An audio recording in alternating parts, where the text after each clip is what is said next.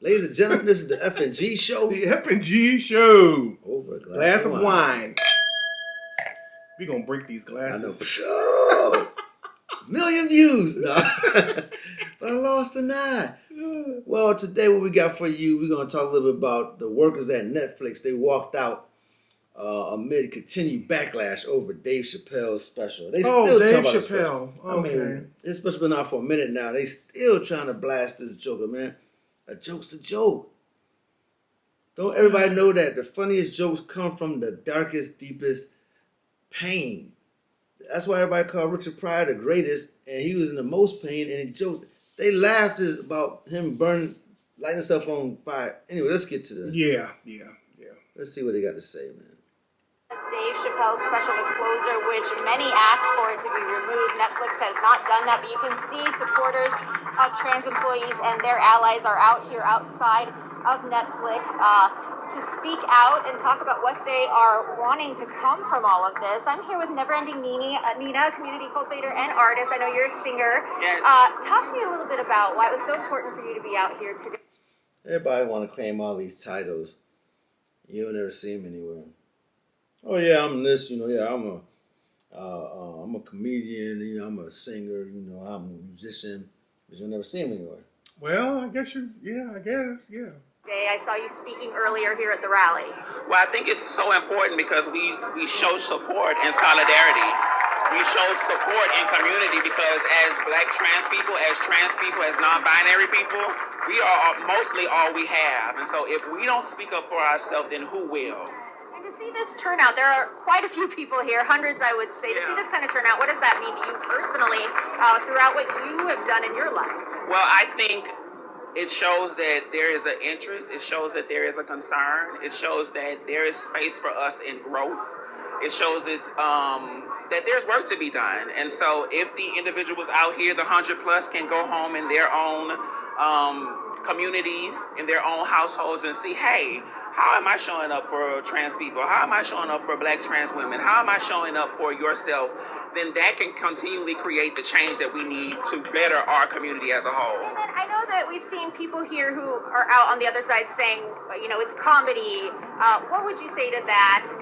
And let's talk about this special that Netflix has out there. Well, I think comedy is for everyone, but we also know that there is truth in jokes. And so if anyone has not been around a trans person ever in their life, but they also have always heard jokes about trans people, then that bias will show up when they finally get introduced to a trans person, because they'll be like, oh, I thought y'all did this, and it's like, no. And so we just want to make sure that these entities are being held accountable and actually provide change to better the community that has been dealt trauma by issuing certain propaganda in this space.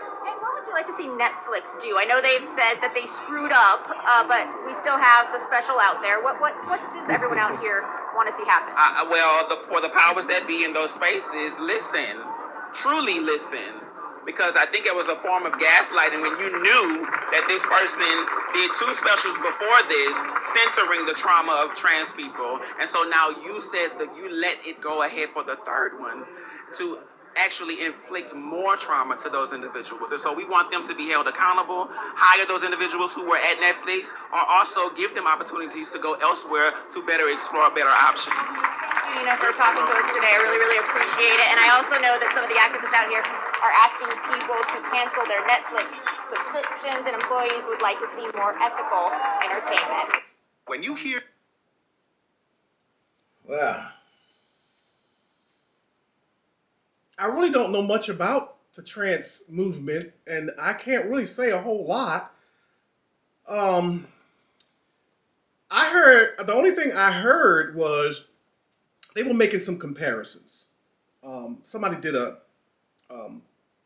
watch a news segment, and they were talking about are black comedians being mistreated or not, are being held to a higher standard as opposed to white comedians of old, like Don Rickles and... Oh, that dude was bad. He was funny. I mean, Don Rickles and all of these other... Don Rickles and Dean Martin. And what are some of the other old white comedians. Yeah, Steve Martin, he out there. Yeah, Steve Martin and some of the others. And they said if you go George Carlin. well, they did mention George Carlin. They said if you go back and listen to their shows, their stuff was, I mean, totally demeaning to every part of society, everybody. They didn't care about, they talked about their mama, their daddy, the sister, the brother, the crippled person, the cross-eyed person, but they never got treated that way. Yeah, I mean, I'm trying to figure out why is this going on, because Don Rickles didn't get protested against.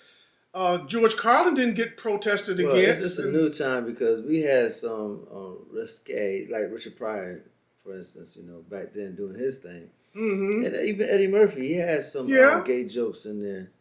He dropped the F word on them. But the thing is, the times change, and I'm seeing that they want the comedians to change everything. But the one thing about being a comedian and studying it and reading all, their biographies and autobiographies, all the stuff behind them, black and white and Hispanic, George Lopez and all of them. Yeah, George Lopez. Yeah, he's another one. One thing that they all said that was in common with all of them was their jokes were therapeutic for themselves as well as making light of what they've gone through so they can deal with what they've gone through and express it for others to be able to find humor in it. Like Richard Pryor had demons, and so he had to change those demons to help him get over it.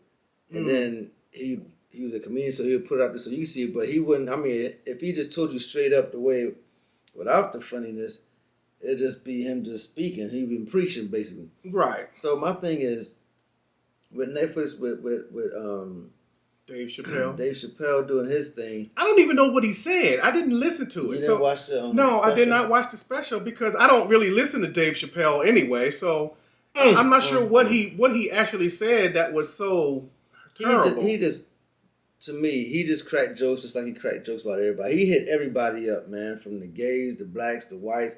He cracked jokes on all of them. And all he did was put funny spins on everything he said, and they just didn't want jokes being told about them from what I see. And my thing is, especially with being comedy, I personally, because I'm a heterosexual and I have a wife, I personally don't watch the LGBT channel because they have their own channels and stuff like that. I don't watch it because it's not for me. But I'm not going to sit there and say, oh, because every show now has gay people, mixed couples, regular folks as in black on black, white on white, Asian on Asian. But they, in every TV show or movie, they have that in there now. Yeah, that's part of the broadcast shows and shows now. It's all in there.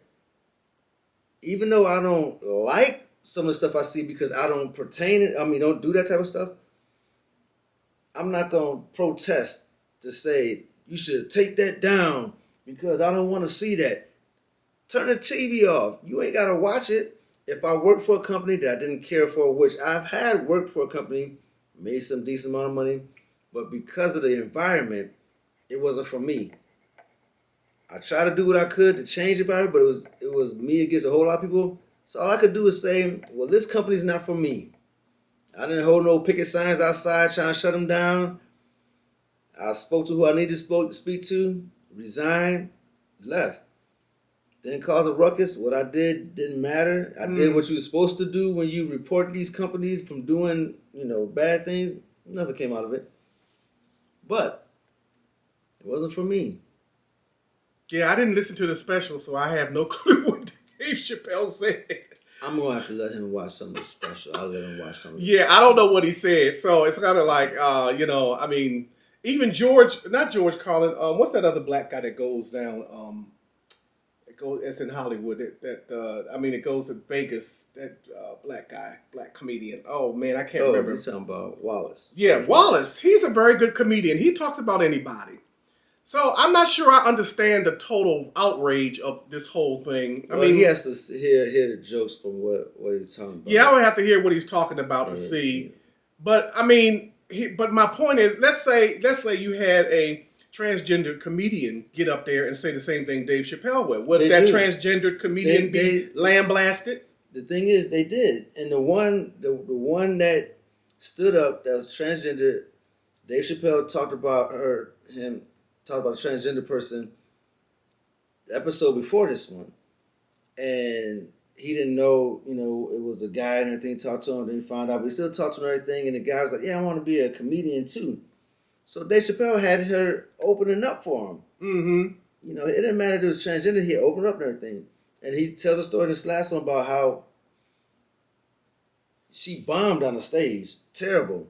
But when she went to the audience, she didn't leave. She sat right in the front and watched his set, and she was laughing. And when somebody tried to say something about her, she went off on a heckler, and Dave Chappelle was like, "Man, she really is funny because she's sitting there handling this guy, and it was real funny. Everybody was laughing and stuff." But after they did that special, and they came down on Dave saying that he was doing all this bad, and he put it in the special. He was bad for But anyway, the trans folks, he was bad for them. What ended up happening was the lady stood up and said, "Hey, he's not bad like y'all think. These are jokes. He helped me out and this and this. So he's not like homophobic or anything like that. It's just so jokes." A trans person was defending him because the trans person wants to be a comedian. Yeah, but listen, they went off on it. They drug her through the social media. 6 days later, she killed herself.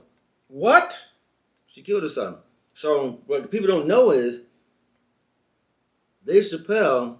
So the trans community put so much pressure on their own trans person that trans person killed themselves. And that's what they was, and that's what they said in the special. And he's like, "It wasn't even me. You all put so much on it that she killed, and she had a daughter." What the people don't know that Dave Chappelle put money aside for the daughter. That when she turns 21, she'll have a nice nest egg to live off of. The lady name was Daphne, but the thing is, they just brushed over that. Okay. Because they want to now bash I'm getting people. a little bit better understanding. But I'll let you hear Dave's words. I'm getting a little bit better understanding. That's just my perception of what Dave said. But the point I was making was a trans person couldn't be a comedian and talk about trans people because they're gonna get shut down. So that seems to be totally illogical. No, there are trans comedians out there, and they talk about everything, just like everything. They talk about themselves, their trans lives, everything else. To me, I see it like a black person calling each other the N-word, but we ain't gonna let no white person call us no N-word, and then they want to come down on them. That's how I see this, because I know more than 4 or 5 transgender people that crack the jokes, just like Dave Chappelle, about being transgender. Yeah, I dress this way, but then my daughter got in some trouble at school, so I had to go and he changed his voice and everything. I had to go and come in like, "Hey, look, you ain't gonna do," and I mean that's part of the thing. Now, I don't know if the community like it, but it's funny to everybody else because it's a joke. Right. I go in like this, he said, I go and dress up like this, and I try to handle my business with my kids at school, and they don't want to hear me. But then when I come in like this and he do a little walking thing, hey, I get my bit, and everybody fall out laughing, but nobody say anything about that. Yeah. I don't want to hear that, man. You got anything else, Frank?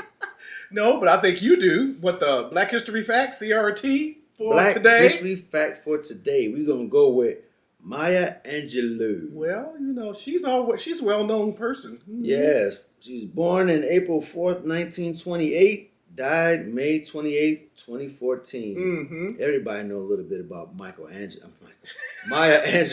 I was about to say Michelangelo. He had a little bit too much That's wine. Michelangelo. This is Maya Angelou. You got Lo and Lou. This is Lou. That's the wine talking. Poet, author, and civil rights activist. Author of the first nonfiction bestseller by an African-American woman, I Know Why the Caged Bird Sings, as well as a number of poems, novels, and autobiographies. Yes. Spanning over 50 years. Contributed to the civil rights movement as a fundraiser and organizer working with both Dr. Martin Luther King and Malcolm X. Was the first black woman to write a screenplay of a major film and the first female poet of any race to recite a poem at a U.S. presidential inauguration. Gotta look and see which one that was. I can't remember. Mm. Received many honors over the years, including the 2010 Presidential Medal of Freedom. Right. That is just a few of the things that Maya Angelou have done. Yes. And, by the way, for all of the people out there who are interested in critical race theory and Black history facts, like I said, you can buy these flashcards from urbanintellectuals.com. We'll give you all the history you need about what we have done and accomplished in this world that's not in the history books. The only thing that's in the history books is what we have not done. And everything else is it's basically not the complete full story in the history books. We're giving you the other half. There it is, ladies and gentlemen. Anything else, Frank? I'm done. Well, that is it from us here at the F&G Show. Over a glass of wine. Mm-hmm. And we are out. We're out.